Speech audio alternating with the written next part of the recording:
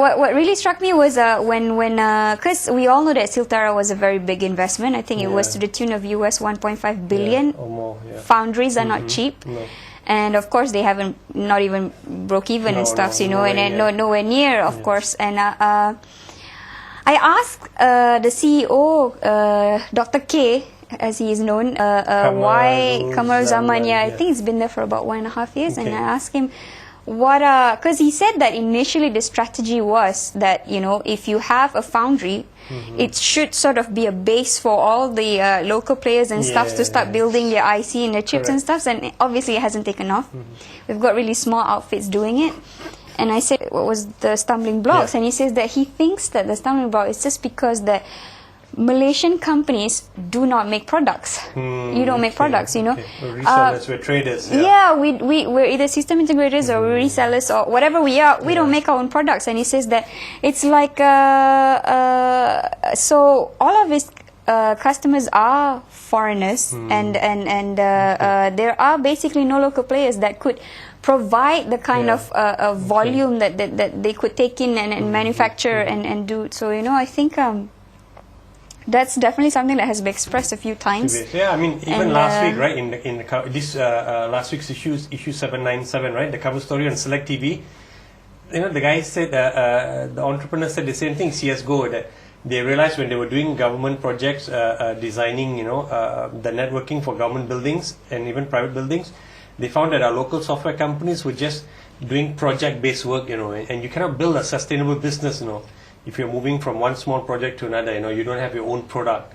So it's something really, real out there. So, which is a concern, and I'm tired of hearing this, that we're a trading nation and that's why, we trade and we don't build products. It's definitely way beyond time that we start doing that. We've got a few companies, right? Just a few companies, nowhere near enough.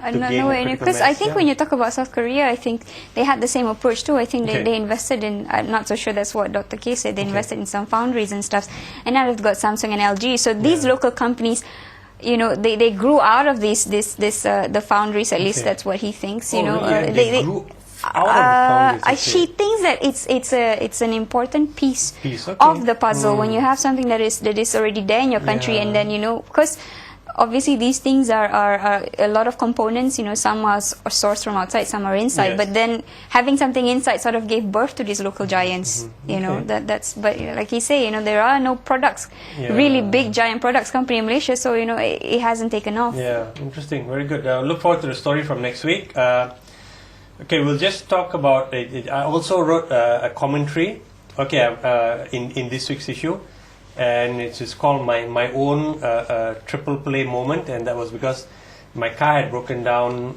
on the way to Ipoh last week, and so I was stuck in Tapa, and then the tow truck comes and takes me to a workshop in Bidor. I'm there, I'm ripe for the picking. You're away from your hometown, your comfort zone, your car is broken down, so you got to trust the mechanic. And I know zero about cars. I couldn't tell the difference between a radiator and a carburetor. And the mechanic just seizes you up, in 30 seconds that you don't know anything. So it scares you with, the fact that your car is going to cost that much to repair.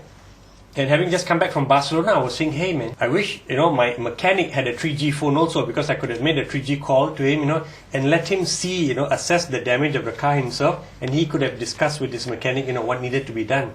But I called my mechanic and he said, saya tak ada 3G lah, telephone lama.